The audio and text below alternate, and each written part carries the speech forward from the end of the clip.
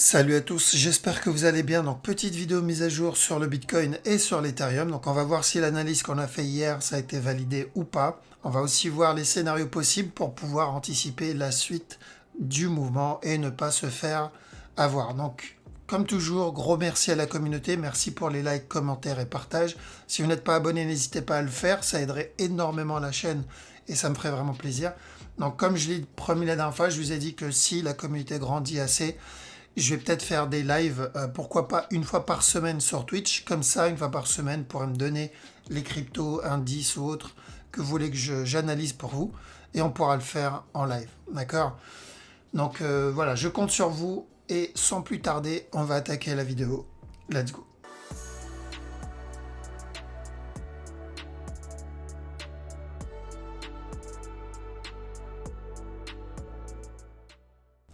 Alors, donc le Bitcoin. Bitcoin, on va voir ce qu'on a vu hier, parce que bon, de toute façon, depuis hier, le marché n'a pas trop bougé.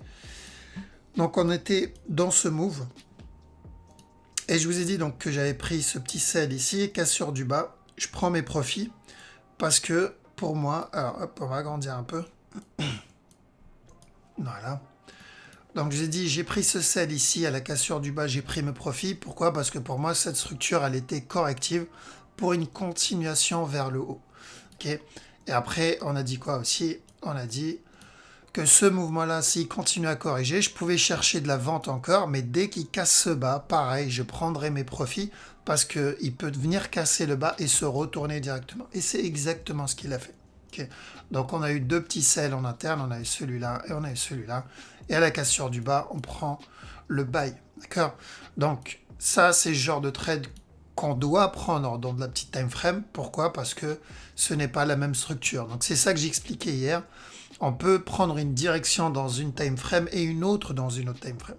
Donc là, en petit time frame, on cherchait de la vente. Et ensuite, une fois que cette structure est terminée, on cherche de l'achat parce que l'achat ne correspond plus à la petite time frame, mais à la grosse time frame daily. D'accord? Donc un trader doit être dans tous les sens. Justement, il doit savoir repérer chaque sens, chaque structure.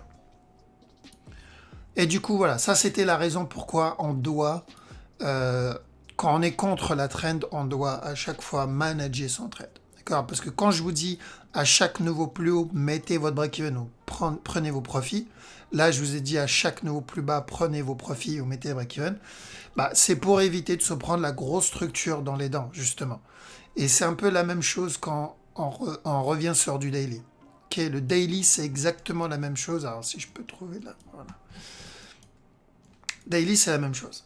Donc, ce que j'ai dit en petit time frame, c'est-à-dire à chaque nouveau plus bas, on prend les TP parce qu'il peut se retourner, bah, ça s'applique sur le daily, mais dans l'autre sens. Là, à chaque nouveau plus haut, on prend les TP ou break-even parce qu'il peut se retourner pour corriger à tout moment. Ça, j'insiste dessus parce que je peux vous le parier tout de suite. Il va y avoir plein de gens qui vont se faire avoir là-dessus. J'espère que ça ne sera pas des personnes de ma communauté. En tout cas, c'est pour cette raison que je vous saoule avec ça. Parce que je ne veux pas que ça soit l'un de vous. Faites attention, à chaque nouveau plus haut, vous devez, donc je parle aux traders, vous devez prendre des profits ou mettre un break-even. Parce que vous pouvez être sûr et certain qu'à un moment ou à un autre, vous allez avoir un gros retournement. Et on n'a pas envie d'être dedans à l'achat.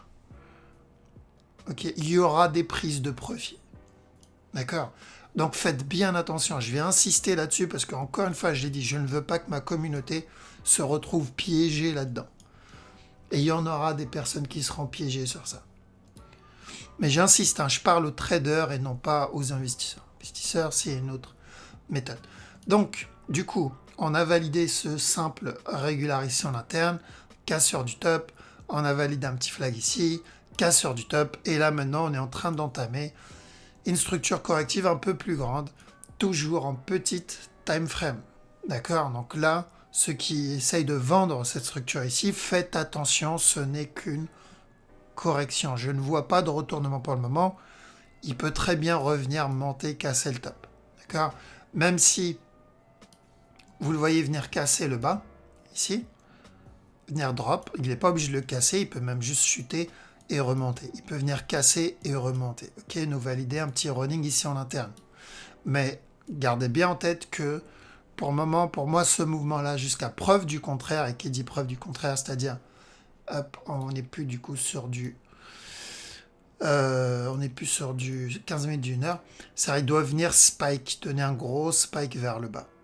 D'accord? Dans ce cas-là, j'attendrai la petite correction et ensuite je chercherai de la vente pour une plus grosse correction et ensuite la continuation. Mais pour le moment, on est juste en train de faire une petite structure corrective, 15 minutes à peine. Donc on fait attention à ça. Maintenant, si je dois regarder en interne, comme je vous ai dit, ce mouvement-là peut très bien chuter, casser ce bas et remonter, hein, comme je vous l'ai montré hier. Ou il peut chuter sans casser le bas, comme ça, et ensuite remonter. Car comme il l'a déjà fait plusieurs fois dans le passé. Car comme il l'a fait là, par exemple, donc il est venu, il est monté ici, spike vers le bas, il a corrigé, il est en train de corriger, et ensuite il a cassé avant de remonter. Il peut venir casser avant de remonter. Qui est remonté pour casser le top daily, ou remonter pour donner une plus grosse structure corrective. Donc peu importe la raison, c'est la même direction. Donc il l'a fait aussi, il l'a fait, il me semble, il l'avait fait quelque part là-dedans, voilà, celle-là, il n'a pas cassé le bas, donc il a fait ce spike vers le bas, il est monté comme ça, il a chuté sans casser le bas, et ensuite il a explosé vers le haut. D'accord, donc on doit faire attention à ça, parce qu'on est dans une structure corrective dans les 5 minutes à peu près, pour le moment, donc oui, il peut venir casser le bas, remonter, ou il peut venir ne pas casser le bas, juste chuter un peu et remonter. Et quand je dis remonter, il peut ou venir casser le top, ou juste donner une structure corrective plus importante, s'il n'y a pas encore un petit musc derrière un buisson quelque part. Il peut juste donner un up pour corriger avant de continuer son up, okay, pour donner une structure corrective plus grande. D'accord. Donc, en gros, peu importe ce que je vois actuellement, si je regarde la structure telle qu'elle maintenant, okay, c'est toujours une correction pour de l'achat. Est-ce que ça veut dire que je dois acheter maintenant? Non, parce que je viens de dire que si j'achète maintenant et la personne met un stop ici, il peut se faire avoir et le marché va monter sans lui. Okay. Si j'achète maintenant et que je mets un stop ici, okay, encore une fois, hein, c'est des stops, c'est pas des bons stops, et on rentre pas sans setup. Là, il peut très bien donner ça, corriger, et ensuite spike. Grosse correction, il vous sort du trade et continue à monter. D'accord? Donc voilà pourquoi on attend un setup. Et quand je dis on attend un setup, c'est où vous attendez un flag, comme il a donné là. Ici, c'est plutôt clair. Je veux dire, la direction là-dedans, elle est claire. C'est de l'achat. Quand il a donné ça, la direction, elle est claire. Ça, c'est de la vente. Ça, c'est de la vente. Ça, c'est de la vente. Donc là, on va attendre la même chose. Si on le voit donner un flag, comme il le donne quasiment à chaque fois qu'il décide de monter ou descendre, ok, là, ça peut être intéressant de tenter le trade. Et à chaque nouveau plus haut, on se protège. D'accord? Parce que comme je dis, ça peut être juste un B pour un C avant de monter. Donc, en gros, pour résumer, faire vite, cette structure corrective, pour le moment, ce mouvement-là, c'est une correction. Même s'il donne ce nouveau plus bas, à chaque nouveau plus bas, on doit se protéger. D'accord? Donc, tant que j'ai pas un gros mouvement agressif vers le bas, c'est toujours une correction. Hop, ici, pour encore un nouveau plus haut. D'accord? On ne peut pas savoir la correction peut durer combien de temps. Ça peut se terminer là tout de suite. Là, il peut très bien monter, chuter et remonter directement. Il peut se terminer tout de suite et monter maintenant. D'accord? Ça, c'est possible si la structure est terminée. Ou, s'il veut nous prendre la tête, il peut très bien nous donner un mouvement beaucoup plus grand avant de monter. D'accord? Donc, mais dans tous les cas, peu importe ce qu'il va faire, pour moi, c'est une correction. Je ne pense pas qu'on va avoir une grosse structure corrective. Dès que j'ai un flag, personnellement, je tente l'achat jusqu'au top.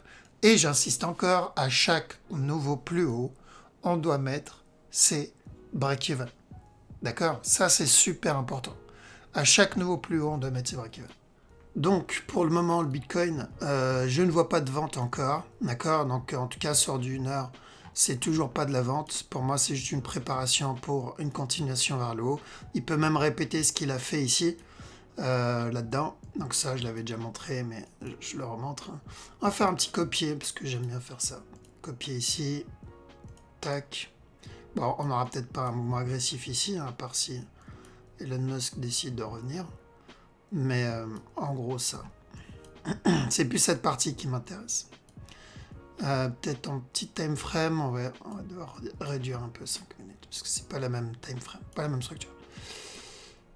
Voilà, ça commence en tout cas de la même manière. Allez. Hop. Ok, pour le moment, on est sur la même structure. Donc, est-ce qu'on peut avoir la même direction? Oui, parce qu'il répète la même chose, donc on peut avoir la même chose. Une structure se répète. Donc là, on a eu le drop, up, drop, et move en mode correction. Drop, up, drop, et move en mode de correction. Donc il peut drop ici, comme il a fait là, commencer à monter, et commencer à monter. Donc après, à partir de maintenant, bah, il peut... Donc là, il y a eu un petit événement, c'est pour ça que c'est monté aussi agressif. Mais à la place de ça, s'il n'y a aucun événement, il peut juste continuer à monter tranquillement. Donc c'est la même direction. Ou sinon, il va donner une structure corrective un peu plus grande. C'est-à-dire, il monte, il chute encore un peu, et après, il monte. D'accord? À la base, c'est ce qu'on voulait pour celui-là, en fait. D'accord? Avant qu'il y ait le petit événement, on voulait ça à la base. Et je pense que sans l'intervention, donc, encore une fois, de Musk et l'histoire avec Twitter, il y a de grandes chances qu'on ait le petit drop avant le up. Mais bon, donc on va attendre la même structure. Okay, on va analyser la même structure, essayer de choper la même structure. Ce qui veut dire que, on va revenir là-dessus, pour le moment, il continue à flag, buy, casseur du top, break-even. Toujours break-even à chaque nœud plus haut parce qu'on n'a pas envie de se retrouver dans un piège. Ethereum, c'est la même chose. Donc lui, il a validé hier le running. Je vous ai dit, on peut avoir qu'on était... On était là, il me semble. On était dans cette zone. Je vous ai dit, on peut avoir un running. Et si c'est un running, on aura encore un nœud plus haut. C'est ce qu'il a donné. D'accord ? Donc maintenant que cette structure est validée, on doit faire attention à la structure un peu plus grande. À partir de là, on peut avoir un running un peu plus important. Qui est... Alors attendez, c'est bien ce running là qu'on a vu. Parce que... Ok, ouais, c'était ça. Donc à partir de maintenant, tout ça, ça peut être mon running dans cette zone ici. D'accord? Donc une structure un peu plus grande que prévu au final. En gros, c'était... Ça, c'est mon 1, 2, 3, 1, 2, 3. Donc il peut remonter encore une fois. Pour un 1, 2, 3, chuter encore une fois. Pour me donner encore un spike derrière. D'accord? Pour ce 1, 2, 3. Ok? Donc on va surveiller cette possibilité. Donc s'il valide ça, ça veut dire il va continuer à ramper encore un peu. Casser le top.